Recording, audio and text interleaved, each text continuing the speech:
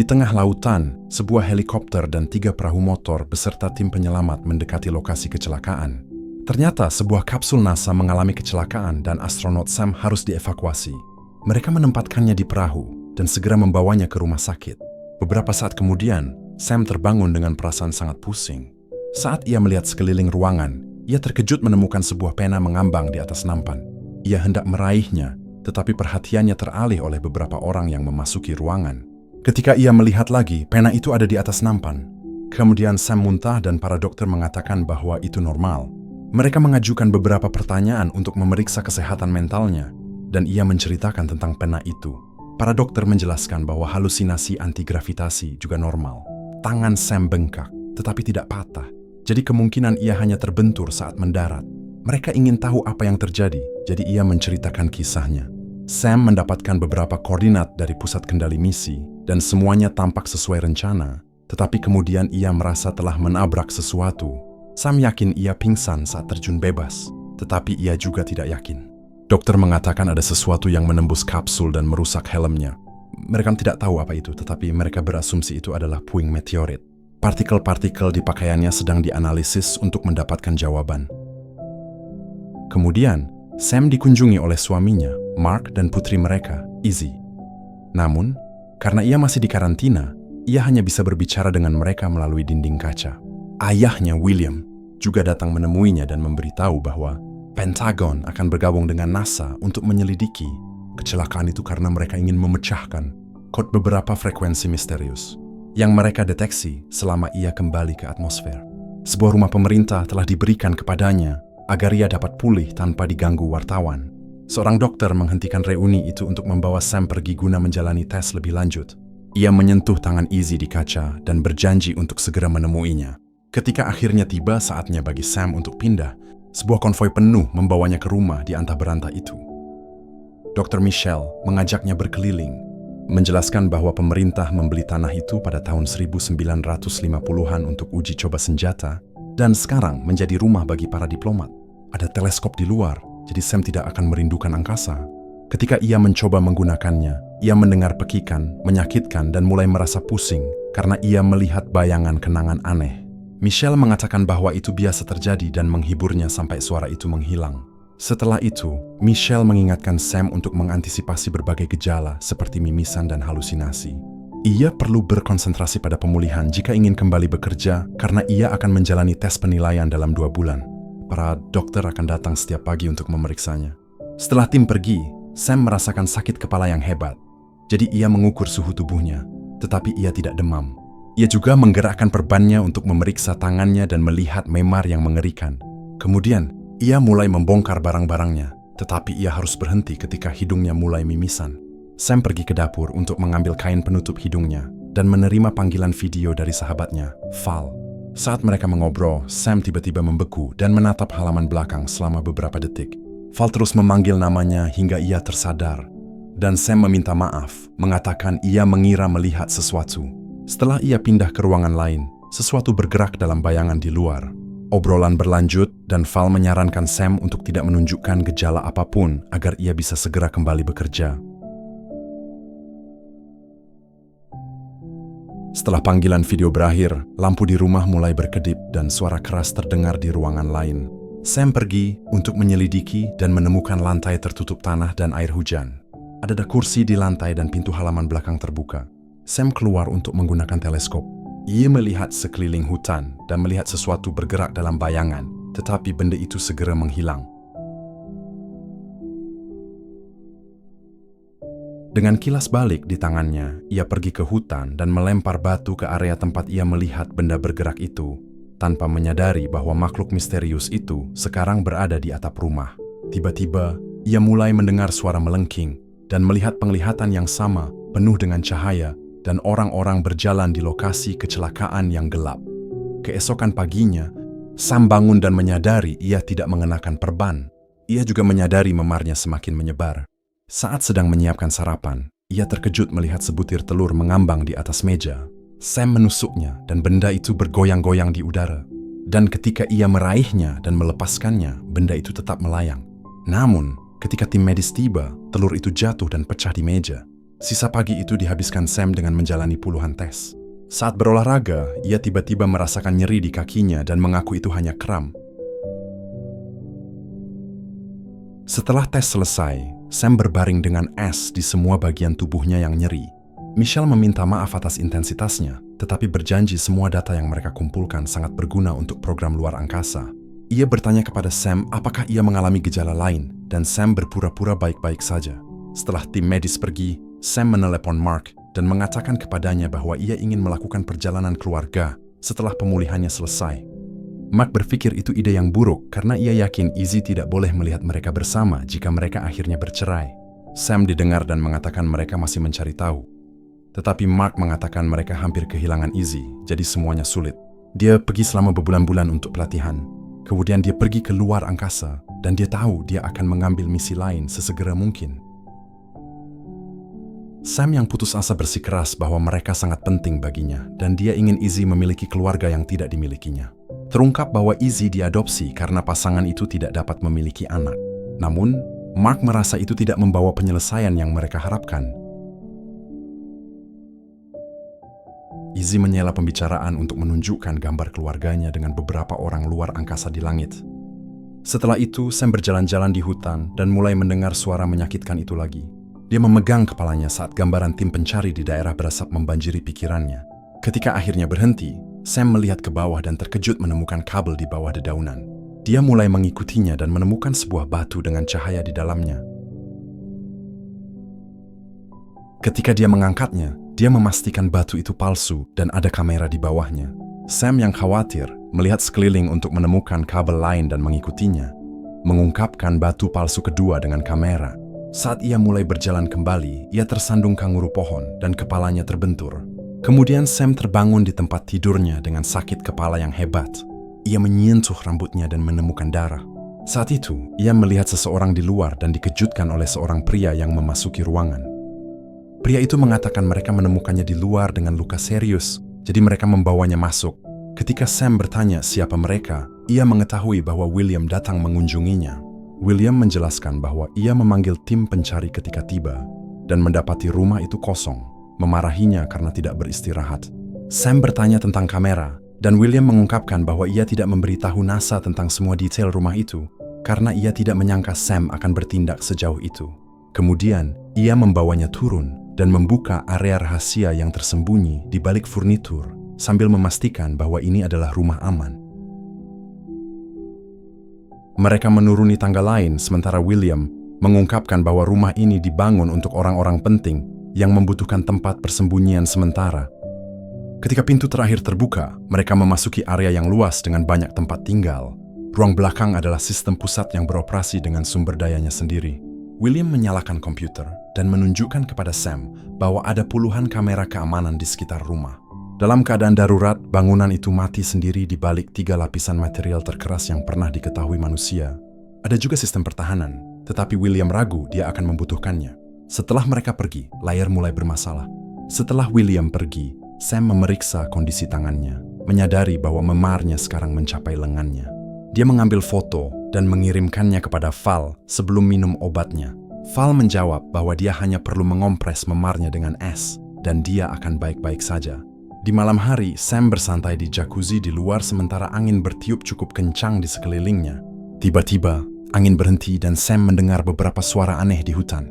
Setelah hanya 1 detik, angin mulai bertiup lagi. Sam yang khawatir kembali ke dalam dan menelepon Mark, tetapi dia dikirim ke pesan suara. Pada saat itu, lampu mulai berkedip-kedip. Jadi, Sam mengambil senter dan pergi ke balkon, tetapi dia tidak melihat sesuatu yang aneh. Ketika dia kembali ke dalam, lampu padam dan monster misterius muncul di pintu. Sam butuh 1 menit untuk menyadari apa yang baru saja dilihatnya. Dan ketika dia memeriksa, sekali lagi, monster itu menghilang.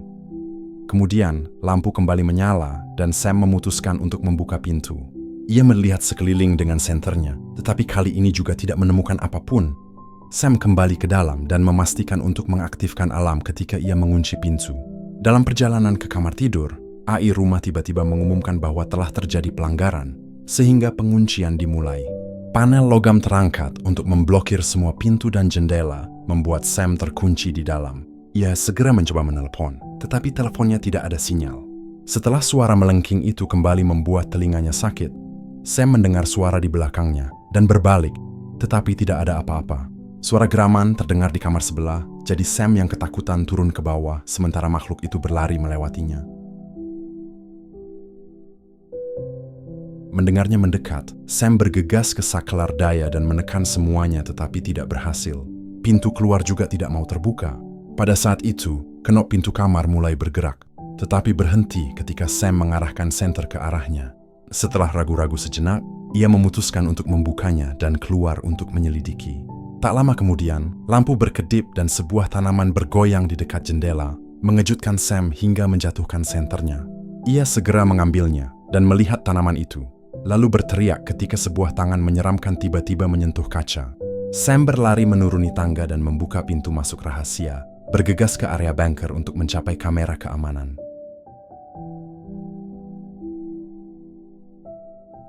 Awalnya, layarnya tampak tidak berfungsi, tetapi akhirnya ia menemukan saklar yang tepat dan menyalakannya. Sam melihat ke sekeliling rumah dan menemukan makhluk mengerikan itu berjongkok di rumput. Namun ketika lampu berkedip, makhluk itu menghilang. Tiba-tiba, Sam terbangun oleh dering teleponnya, dan ia menyadari bahwa ia tertidur di meja komputer. Ia bergegas ke atas dan menemukan William bersama timnya. Jadi ia memberitahu Craig bahwa ada yang salah dengan generator. William mengonfirmasi bahwa mereka mendeteksi beberapa pemadaman listrik dan mengirim orang-orangnya untuk bekerja. Sam memberitahunya bahwa ada sesuatu yang memasuki rumah. Jadi William berjanji untuk memeriksa rekaman keamanan. Setelah itu, pengujian dimulai. Michelle melihat memarnya dan mengakui bahwa memarnya tidak terlihat normal, jadi dia akan membuat janji untuk röntgen. Beberapa saat kemudian, Mark dan Izzy datang mengunjungi Sam. Sementara William menghabiskan waktu bersama cucunya, Mark dan Sam pergi ke hutan untuk berbicara empat mata. Sam mengatakan kepadanya bahwa dia melihat makhluk yang bukan dari dunia ini dan bertanya-tanya apakah dia membawa alien saat mendarat karena misinya adalah menyiarkan sinyal ke luar angkasa. Sebelum Mark sempat menjawab, mereka diinterupsi oleh Izzy. Kemudian William dan Sam memeriksa kamera keamanan. Saat Sam melihat monster itu, layar mulai bermasalah, tetapi tidak ada monster di rumput.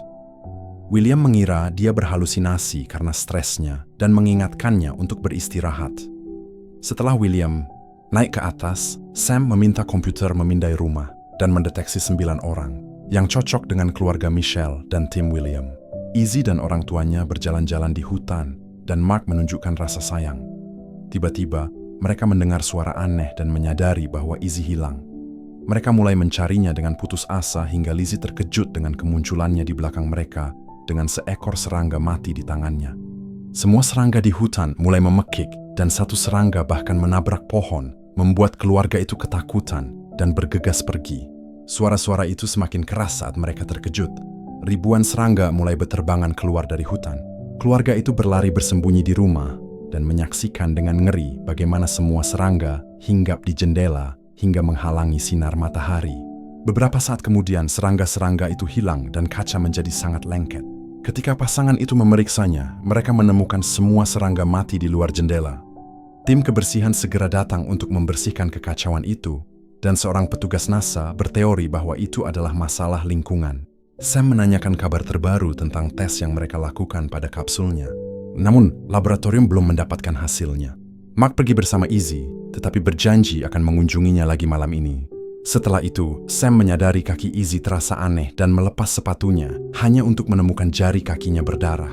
Ia bergegas ke kamar mandi dan melepas kaus kakinya untuk mencuci jari kakinya. Tetapi setelah diperiksa lebih dekat, lukanya ternyata sudah sampai ke kakinya. Saat ia menyentuh jari kakinya, ia berteriak ketika kukunya terlepas. Setelah sambil membalut kakinya, Sam mengompres lengannya yang memar dengan es. Lampu kemudian mulai berkedip-kedip, sehingga ia mendorong meja ke pintu belakang karena takut. Ia juga mencari-cari kejadian serangga aneh di internet dan mengetahui bahwa gangguan geomagnetik mungkin menjadi penyebabnya, yang oleh sebagian orang dikaitkan dengan penampakan dan penculikan UFO. Foto-foto dalam artikel tersebut menunjukkan makhluk dan orang-orang dengan memar seperti miliknya. Merasakan sesuatu di punggungnya, Sam berlari ke kamar mandi dan melihat ke cermin. Memarnya juga ada di tulang belikatnya. Lampu berkedip lagi, jadi Sam bergegas mengaktifkan alarm sebelum berlari ke bawah. Suara-suara aneh sudah terdengar di ruangan lain. Saat itu, Mark menelepon untuk memberitahu bahwa ia sedang dalam perjalanan, dan Sam bertanya apakah ia ibu yang baik, membuat Mark bingung. Saat lampu terus mati, AI rumah mengumumkan pelanggaran lain yang diikuti oleh penguncian. Sam memberitahu Mark bahwa ada sesuatu di rumah sebelum ia mendengar beberapa suara semakin dekat. Tak lama kemudian, suara Mark di telepon berubah menjadi tidak jelas. Sam sedang menaiki tangga menuju bunker, ketika tiba-tiba ia merasakan sakit yang tak tertahankan di punggungnya yang membuatnya terjatuh. Sam berguling menuruni tangga dan mendarat dengan cukup menyakitkan. Ketika ia menyentuh punggungnya, tangannya menemukan zat seperti jeli misterius. Setelah menyadari ponselnya rusak, Sam mendengar suara-suara di lantai atas dan berlari ke komputer. Ia memeriksa semua kamera, tapi tidak melihat siapapun. Kemudian ia memindai gedung dan komputer memberitahunya bahwa ada orang lain selain dirinya. Layar mulai bermasalah ketika sesosok monster akhirnya muncul di dalam rumah. Jadi, Sam yang ketakutan mematikannya. Komputer menjalankan pemindaian lagi dan sekarang mengonfirmasi 2 orang lagi di lantai atas. Sam mencoba beberapa tombol dan langit-langit mulai mengeluarkan asap di koridor. Ia berlari ke kamar sebelah dan menemukan dapur hanya untuk mendengar suara-suara di sana. Setelah bersembunyi di balik furnitur, Sam melihat pantulan monster di oven. Untungnya, monster itu tidak melihatnya dan menjauh.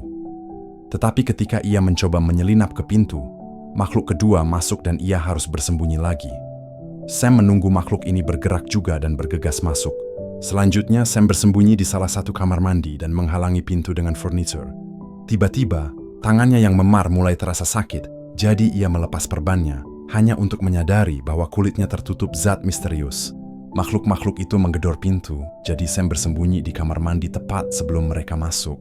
Melihat ada ventilasi, ia menendang tutupnya dan berhasil membuka panel yang memungkinkannya berlari di antara dinding.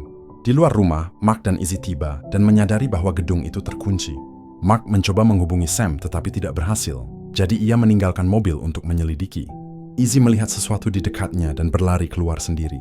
Mark mengikutinya dan menemukannya menunjuk ke arah cahaya di hutan.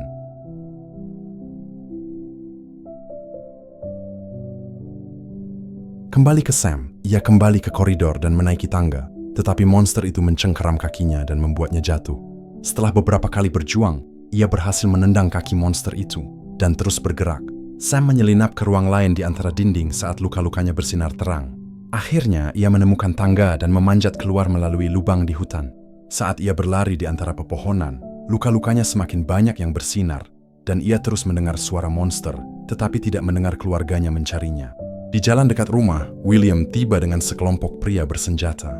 Ia mengingatkan mereka bahwa mereka sedang berhadapan dengan sesuatu yang sangat cerdas sebelum mengirim mereka keluar. Sementara para prajurit menggeledah seluruh rumah, William pergi ke bunker dan menemukan kekacauan. Di hutan, Sam jatuh ke tanah dan mendengar monster semakin dekat, jadi ia memohon ampun. Tiba-tiba, sesosok makhluk mengangkat dagunya dan menatapnya dengan mata penuh kasih sayang sambil bertanya dalam bahasanya apakah ia bisa memahaminya. Sam terkejut karena memahami setiap dunia. Lebih banyak makhluk muncul ketika makhluk pertama mengatakan mereka merindukannya.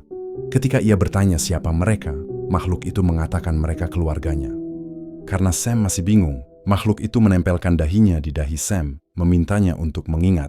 Penglihatan dari awal kini lebih jelas di benak Sam.